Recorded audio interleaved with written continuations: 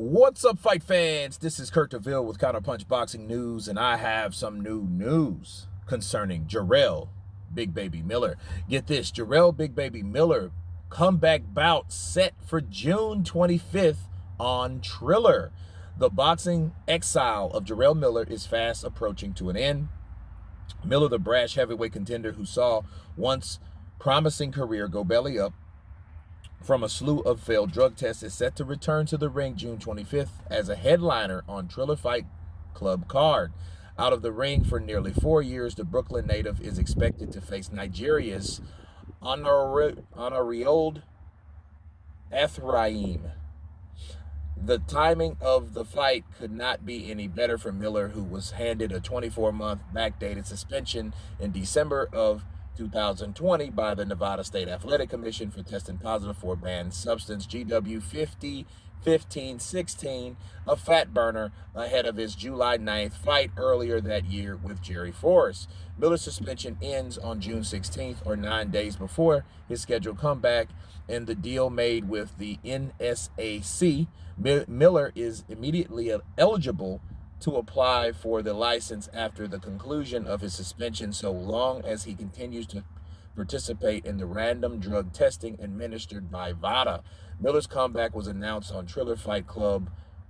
Pay-per-view broadcasting features Sergey Kovalev in a 10-round cruiserweight bout against Jarrell Pulev at the Kia Forum in Inglewood, California, which Kovalev, making his debut at the weight, would go on to win on points. The Miller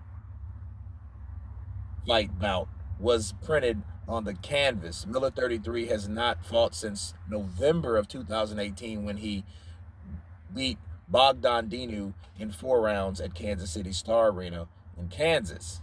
Okay, of course we know Miller has tested positive again, with the first time against Anthony Joshua, which was actually 3 separate drugs. Okay, then Jerry Forrest. So we know the rest. Now, let me counterpunch.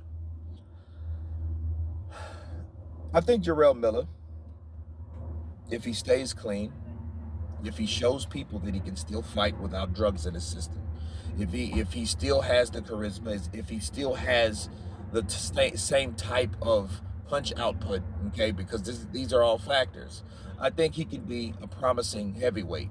But it's going to be a hard time coming because we don't know if Wilder is dropping down. Since we haven't heard from Wilder, this is a perfect opportunity for Miller to come up and start getting some wins up under his belts. First of all, start getting a check, because the man ain't fought since November of 2018. Wow, that's been a long time, all right, a long time. So, I think he needs to get back on the bandwagon, but he has a lot to prove.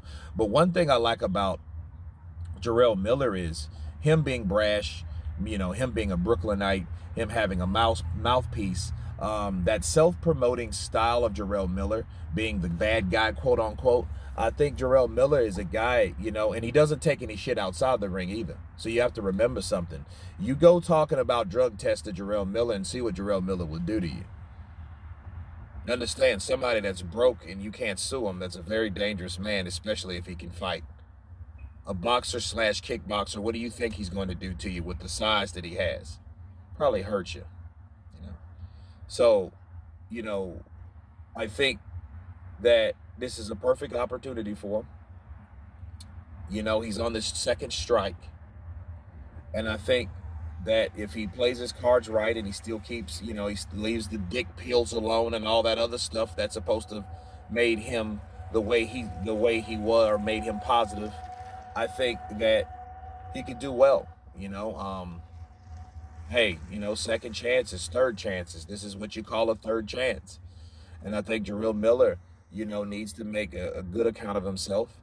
Triller is not the best platform, but hey, guess what? Better someplace than no place, because, he was supposed to have got with Bob Arum, and Bob Arum, he, first it was Eddie, then it was Bob, now it's Triller.